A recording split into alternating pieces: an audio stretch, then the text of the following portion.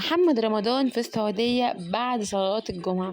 نزل محمد رمضان صور ليه في السعودية على انستجرام وكتب عليها: انا بصلي صلاة الجمعة في السعودية، انتوا بتصلوها منين؟ ناس كتير جدا ردت عليه وقالوا له احنا ما بنصليش عشان بنصليها في البيت، ما بنصليهاش في الجامع علشان الضرب اللي بيحصل وكده. وناس طبعا كتبوا له كل واحد بيصلي من مدينة ايه. فطبعا ناس كتير جدا ساعات بتهاجم محمد رمضان، وناس لأ بتقول له انت ليه ما بتقولش ان دعمك لايه وما دعملش ايه وكده يعني. بس هو طبعا بين دعمه لايه لفلسطين وكده. فطبعا هو اخر مرة قال ان هو عايز ان احنا عندهم اسلحة في مصر وكده. فطبعا ناس كتير ردت عليه، ناس هاجمته وناس لا.